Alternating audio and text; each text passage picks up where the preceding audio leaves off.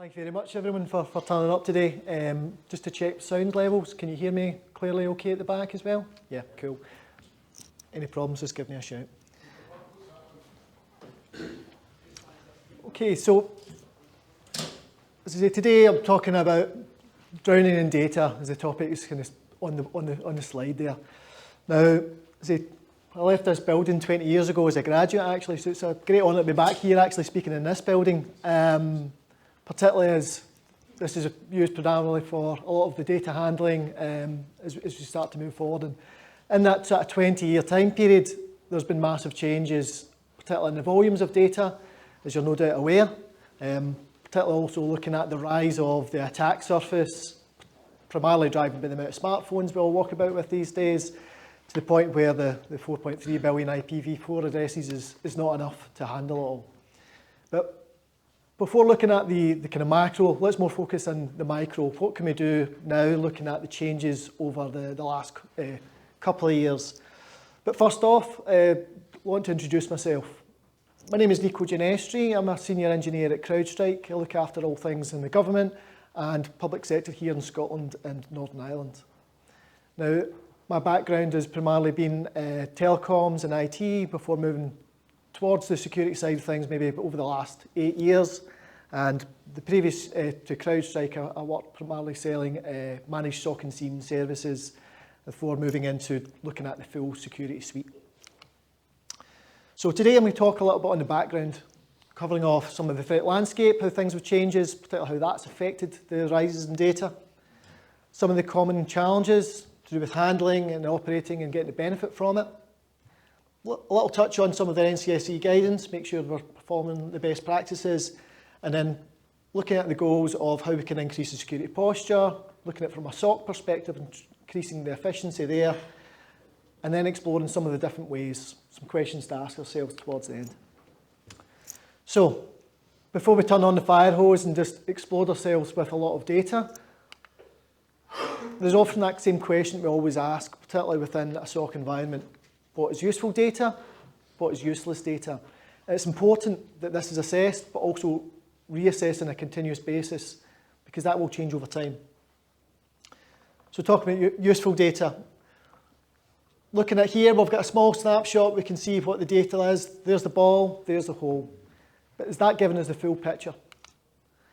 If we zoom out a touch, we can see the detail that the opponent's ball is there. So that changes my decision making and how I'd handle this, because I now know I can take the pressure off that easy puck because the opponent is further away. Similar as well, if you look at it from the opposite side of the spectrum, you can have a picture with a lot of noise in it. Same as how we're handling data. So typically we look at large volumes of data which can bombard us and causes that kind of snow blindness of trying to find what is important. We want to be able to filter out that noise and focus on what's important. So as we do so, this is the only area of interest. There's where Wally is, or Waldo, as the Americans have renamed him. That seems to be the only area of interest, but as I mentioned earlier, it's about reassessing that. There's also Wenda over here, who is turned out to be of interest. Now that could be a file hash that's with a different binary, a different file hash for the same binary. It could be a new threat that's born out of the same malware family. It could be various other things. So it's important that once you filter out that noise, that there could be some useful data that we need to re-explore at some point. So as mentioned, we can bring in those useful points of data and discard those that we think are useful. But when you smash those together, it's that changes over time, that part of the overlap that we need to also sort of consider. So looking at data from a threat perspective, as we're all aware, there's been a rise in threat. We've seen around about 31 new 31 new threat actor groups appear over the last year. And this is not a badge of honour to see who tracks the most threat actors. It's due to the fact that there's various aspects. There's a lower technical bar of entry for the threat actors, particularly with the use of ransomware as a service. There's also a rise with access brokers and specialisation as they start to split into different groups. And as we start to see that rise, so between 2019, over that 2-year time span, there was a 300% increase. But over the last year, again, another 300% increase. It's a highly profitable organisation and marketplace. This is why they all flood towards that. But looking at some of the other common challenges. Now, we've talked about the volume of threat, we've talked about the volume of data. But moving on from that, we've got to look at the speed side of things as well. So speed can be an issue because we know the adversaries are getting faster. But as we have more and more data that can floods us from all the telemetry points and different touch points we have, this can also pose an issue on the speed of reaction. We need to be one step faster than the attackers every time in order to succeed. Following on to that, this moves on to the security silos. So I think the average organisation is around 45 different security tools. There's also multiple different monitoring tools, whether it be monitoring for effectiveness, monitoring from security telemetry point of view. And it's that swivel chair point when you're moving between those environments that then can delay things, the context switch, that then can cause us to fall behind. And lastly, looking at from that resource perspective, which fits in very nicely with the security silos, is highlighted in the opening talk this morning. Resourcing is one of the highest concerns within security. It's not just about attracting, but it's also about retaining, keeping those people that are working in the industry interested as well with rewarding work. And as you have more and more different tooling in there, the impact of somebody leaving who could be the specialist for that set of tooling can be greater, because then you have to recruit somebody in a marketplace which is difficult to recruit in the first place, but also on an ongoing basis. You've got to continually train people, and if you've got multiple vendors, multiple solutions out there, that can be a large evolutionary cycle. For myself, working within a single vendor, I know what the training impact and the learning curve I have just to stay on top of what we do and what's happening within the wider marketplace. As consumers of products, it's 10 times, 45 times fold, given the amount of different tooling that's out there. So looking on from the kind of background of that side of things, so we're looking at from a data monitoring perspective. So kind of Gartner kind of coined the term SIEM in 2005. And I wanted to highlight, again, leaning on some of my previous background on SOC and SIEM, was the Good Practice Guide 13, which was deprecated 10 years ago, but yet I still heard this term being mentioned up to a couple of years ago, and some of the practices that came out of that. But as we move forward, NCSA introduced the logging for security purposes and moving into the cyber assessment framework. We start to move away from that prescriptive approach that GPG 13 had and moving towards more of a risk-based approach. Again, that was something that was mentioned this morning, so I'm glad I got my slides right. So looking at it, this is my summary of the NCSE calf and whole, but today we're focused primarily looking at how we handle data. So this then starts to point at how do we monitor data and handle it. So from that perspective, the key aspects looking at the detecting of events, there's a few key things that I would summarise from that. So it's understanding your environment, understand the context of it and how that relates, again, pointing back to some of the kind of threat landscape, but also looking at how we can detect within that space. Now, within England and Wales, they've now launched GovAssure from Cabinet Office, where there is more of a compliance. Well, NCSE will push that as guidance and it's not a regulatory point of view. With the changes from Cabinet Office, that is now becoming in place for a lot of public sector.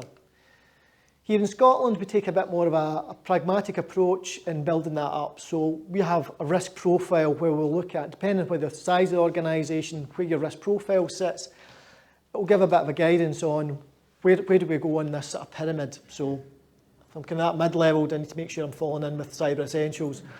Or if I'm managing critical national infrastructure, do I need to step it right up and make sure I'm fully aligned with the CAF?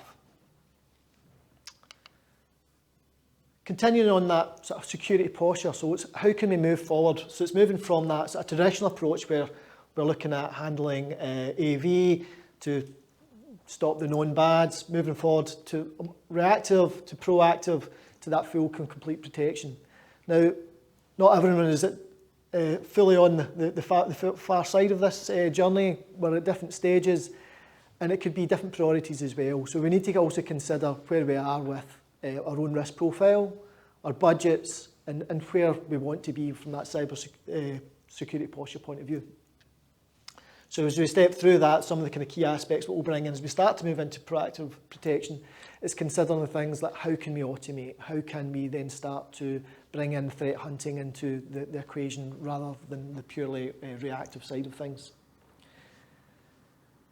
So looking at what NCSE guidance is on sort of proactive discovery, so if I had to look at the what, the how and the outcomes, I would say it's detecting anomalous events, and it's how it's through threat hunting practices. So it's using, one of the techniques would be hypothesizing on previous past incidents and events. How can we then model that and look to bring that forward? Stepping that forward, it's then, as I mentioned, being aware of your environment, but also being aware of the context within that environment. So as you're aware of your assets, as you're looking at the perspective of the amount of breaches and attacks that come from shadow IT, it's making sure that you've got that part in place from your own environment, but it's also augmenting that with a threat intelligence perspective. So it's knowing what are the threats that are likely to target your organisation, using that in context with the vulnerabilities of the known exploits that are within the tooling and the assets that you have, and bringing that in. And again, that fits in with that maturity model as well. So from starting at the base layer, which is looking at bringing those IOC feeds, making sure that you can correlate the threats that are within your environment against what is out there and is known bad. But then moving forward to start to automate that. So you want to automate as much as the known bad, filter that out so that you have more time, and it's bringing that, again, time into your SOC so that they can focus on some of the longer term activities. So as you move forward, again, moving up that sort of curve of the maturity side of things, you start to get beyond a tactical approach and more looking into the operational. So looking at that operational level of threat intelligence, it's how can you use that for knowing the threat actors that are out there that are likely to be targeting your organisation, knowing the tactics, techniques and procedures that they're likely to use, and particularly looking at the motivations of it, depending on which vertical you operate within. And then augmenting that as well with scanning of deep dark web, looking at how that can have an impact in your decision making, to ultimately move towards the full sort of strategic side of threat intelligence, where you can look at where you start to use that at boardroom level. So start to influence that decision making process. Start to, once you've done the risk analysis, it's building that in to start then developing, this is my prioritisation for the year, this is the areas because of what we're aware of here, and start to develop out your policies. But that comes back to the other aspect of it. It's the people, the processes and the tools as well. It's making sure that's all tied up, and harping back to what I mentioned from the NCSE guidance, it's not all just about focusing on what you're using for monitoring and handling those large amounts of data. You've also got to consider the processes and making sure that those are augmented as well, because if that falls behind, you're going to fall behind in all other aspects as well.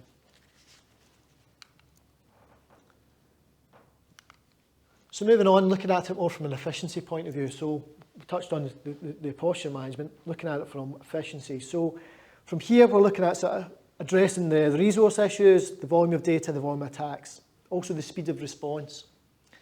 So as I mentioned already, it's looking at the automation side of things. So blocking those that are known bad, containing devices, again on that response side of things, and restriction of accounts. So it's not just going from the asset and the network perspective, it's also looking at it from the user perspective. That two sides, particularly when you're looking at it from some zero trust architecture. But the bad news is the threat actors are moving away from using those kind of malware-based attacks. We're looking at about 71% of attacks now being malware-free, so this is only really covering 29% of your threat area. So then we have to look at how do we handle the unknown bad. And there is no crystal ball for this, but it comes back to building out that posture at the start. So it's been aware of your assets, been aware of the threats that are likely to face you, and then you looking on the experience, the information that you can pull to hand. So whether it be from a threat intelligence perspective, whether it be from open source, commercial, whether it be working with the CISPs and the information that comes from NCSE, is using that with the awareness of your environment, and then looking at trying to reduce your attack surface. So knowing your assets, knowing the exposures, things like privileged accounts as well, always try to minimise. Now this is all advice you've probably all heard before and all things that you're well aware of and you're trying to do. And we know it's not easy. So it's just how do we then start to approach that. So the other aspect is looking at managing the risk more tightly as well. So particularly when you're looking at supply chain. Now within supply chain, you need to make sure you're handling the requirements that have been passed on, the security requirements that are also filtering through onto that supply chain, and making sure the selection process is rigorous as you do that. That can help sort of close down that sort of loop on reducing those unknown bad attacks and those areas where there could be persistent threats that are existing. As I mentioned, the zero trust principles as well. This is kind of key for reducing that blast radius. So if you can lock down the critical areas, and it's now been aware of the segmentation within your environment, what is day-to-day production, what is key for essential operation, and making sure that the blast radius of a would-be attack is not going to extend across your entire organisation. I'm just going to finish this part on a kind of bit of a question. Is that how do you recognise and stop the unknown? Do we get better at predicting? There is a key need here. You need to have your detection tooling finely tuned. You've got to make sure that it can finely tune and detect, but equally within that efficiency space, going back to some of the automation aspects I mentioned earlier, it's how can you detect but also remediate and do that in an automated fashion, particularly on the known bads. That should be the easy parts that you get rid of, that you're not doing that repetitive tasks from your analysts, so they can then start to focus on some of the other areas and carve out some time for threat hunting. The threat hunting really needs to be a separate operation or separate activity from assessment, triage and responding to incidents, because it's a different skill set. And we all know that SOCs are all overloaded at this point in time, so trying to shoehorn that in on the Friday afternoon is not really going to do much use.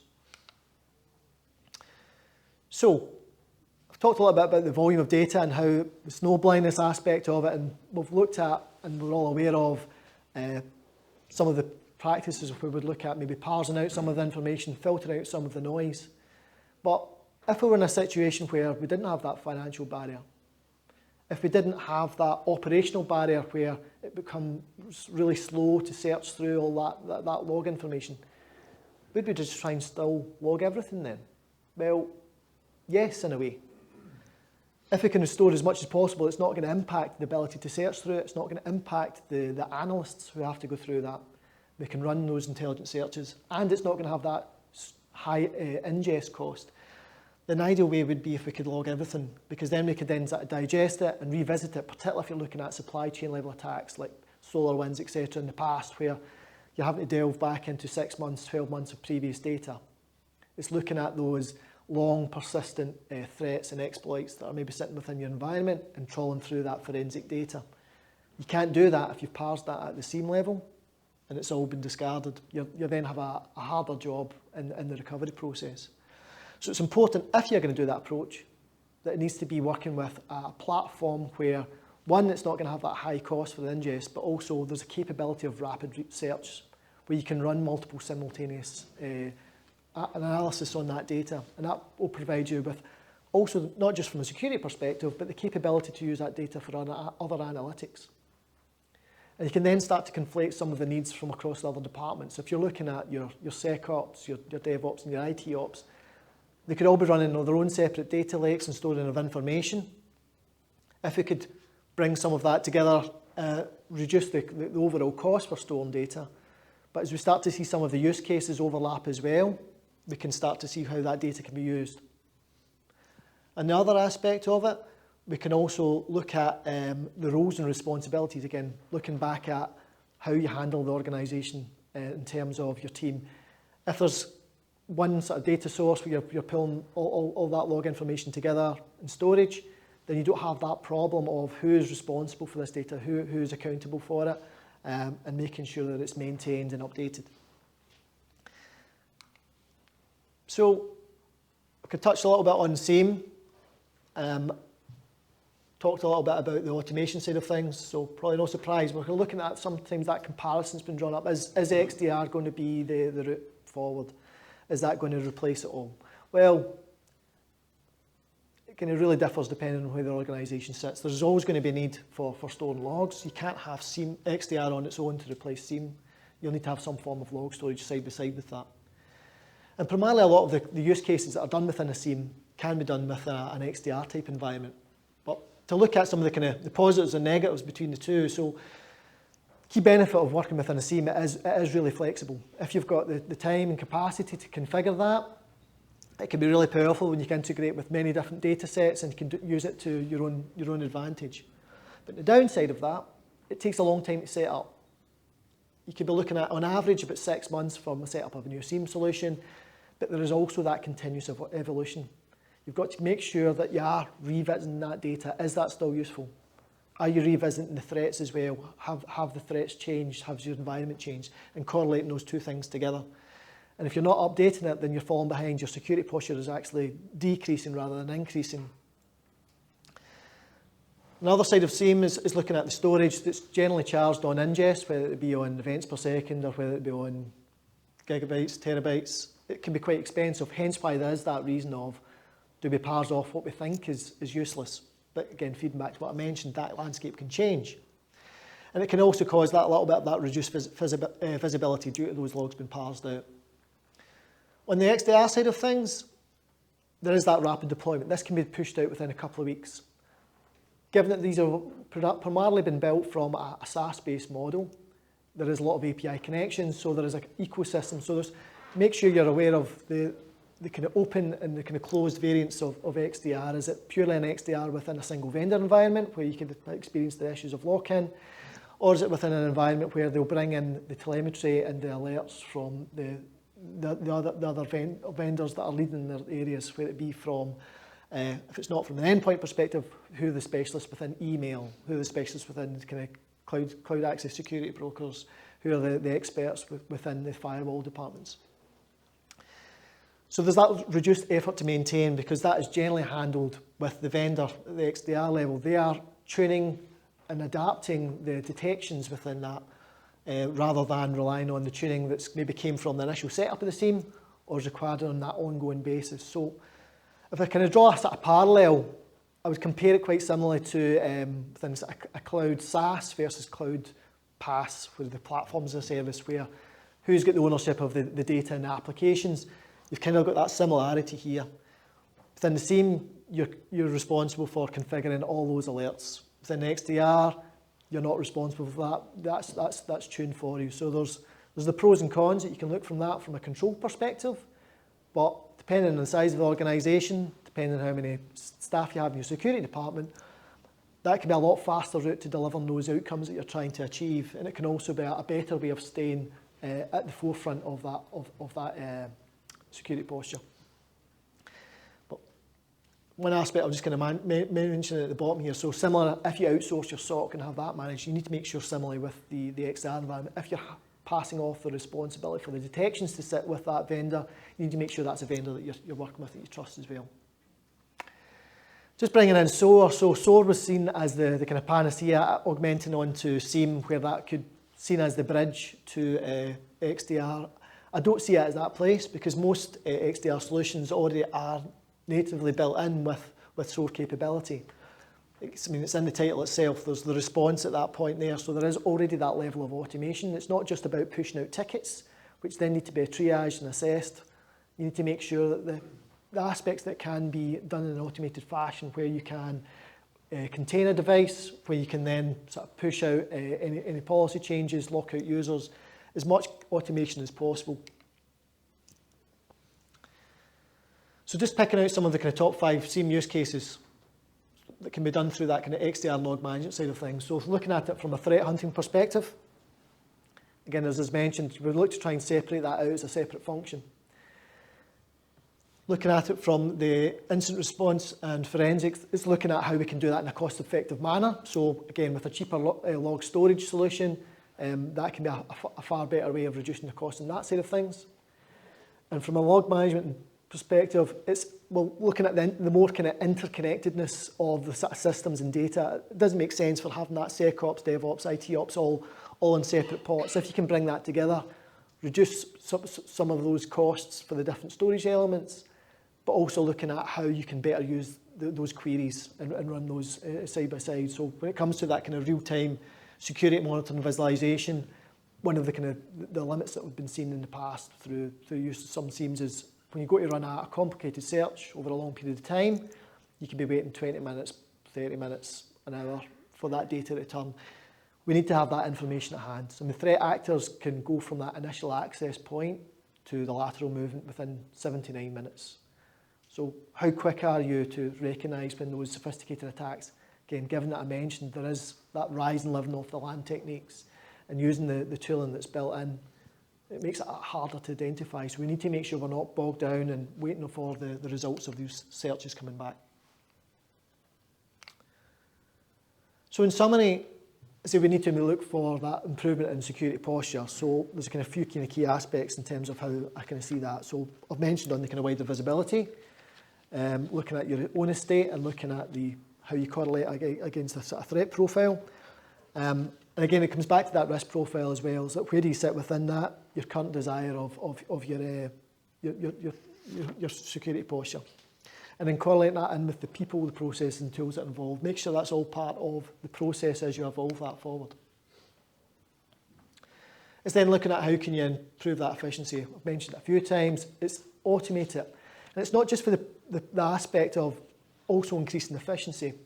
We've also got to look at that from that shortage in staff.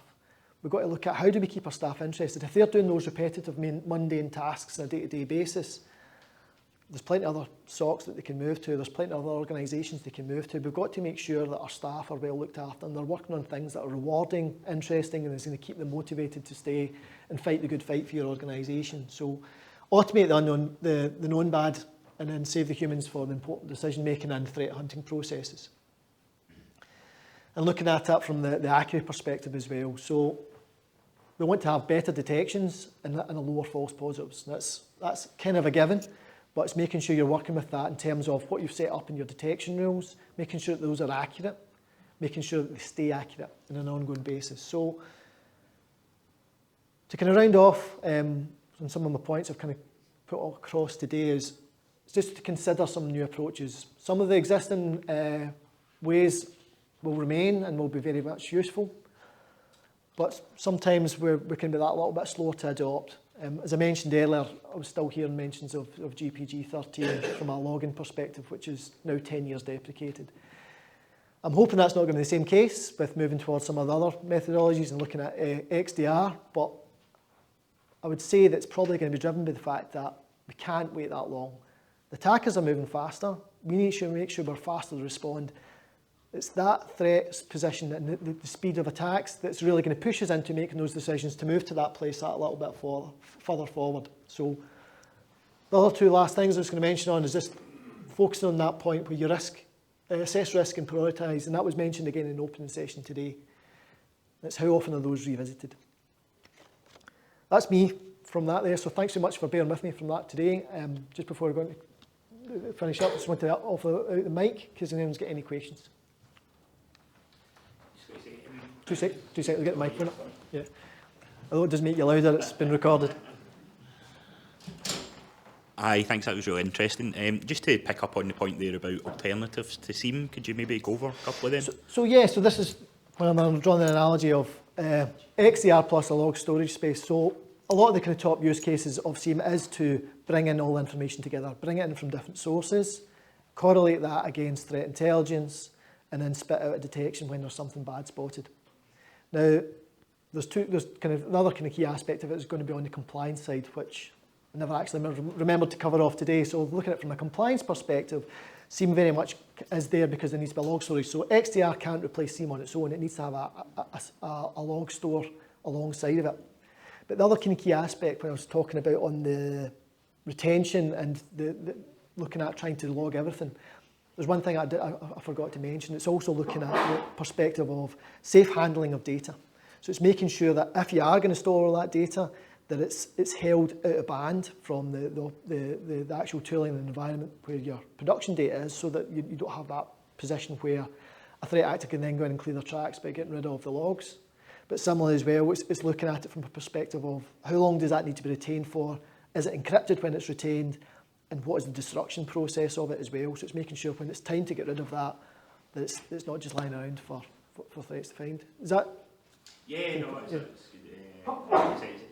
kind of similar to the approach we're taking at the moment, but we're at the review stage, so looking at is there better ways to do it, essentially. Yeah. So it's really exploring your use cases, is what I would say, because SIEM's been around for a long period of time, and it's obviously the go-to, and it's, in my previous role I'd seen that, where it's the de facto way to move from ticking off that box from NCSC Cyber Assessment Framework. But depending on what your use cases are, really get almost like the Moscow scale, what is the important use cases you need to hit off. There might be another way of doing it. No, thanks for that. Thank you. Any other questions?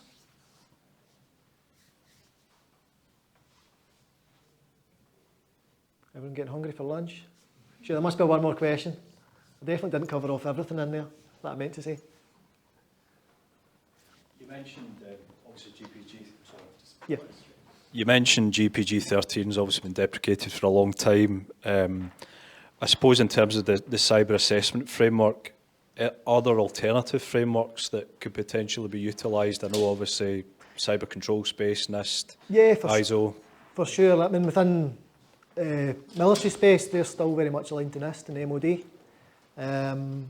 But what I'd say is the big change, particularly as it's been driven, particularly in England and Wales with the Cabinet Office pushing GovAssure, they're really pushing down the NCSC cyber assessment framework. Now I see a great deal of benefit in that because it's standardisation, it's keeping the language similar, it's keeping the controls and the metrics sort of similar. But yeah, it's like in many ways up the mountain, you're right, there is definitely other ways to do it and different frameworks to follow.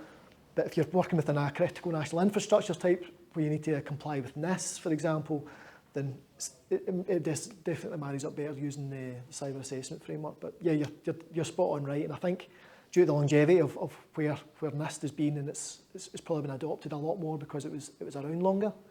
But yeah. Thank you. Thanks. Probably got time for one or two more before we change over. Can see the sign changing. Any more questions? Going once. Thanks very much. Really appreciate it. Oh, sorry. So there's one more at the back. Sorry, one more at the back. A late bidder. So it was just in relation to XDR. Yes. Been doing a bit of work, maybe I haven't looked into it. Seem to get variations in terms of what it covers.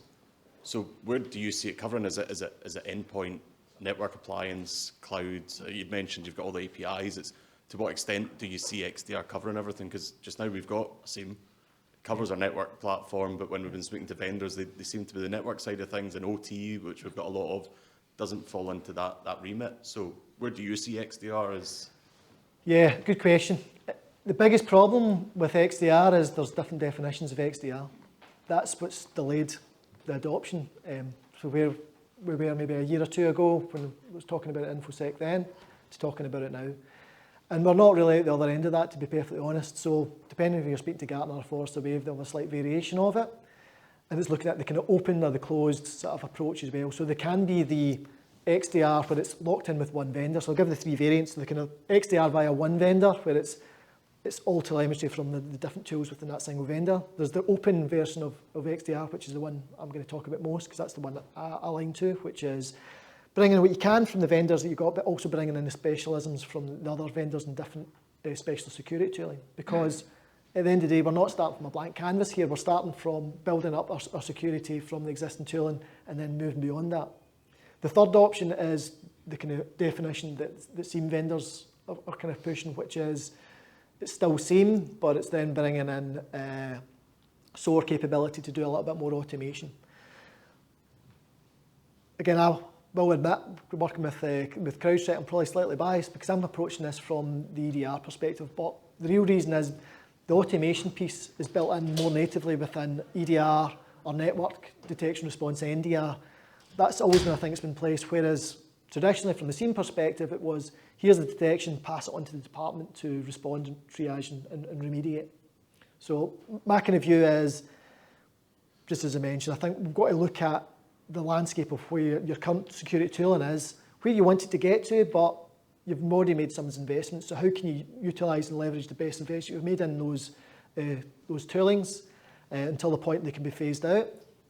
Or if they're not phased out and they're not provided by the XDR vendor, it's like bringing in your telemetry from your email security vendor, bringing the telemetry from your firewall vendor. Cool. I think that's us for time now. So just want to say thanks very much. I appreciate you sticking with me at the end. Cheers.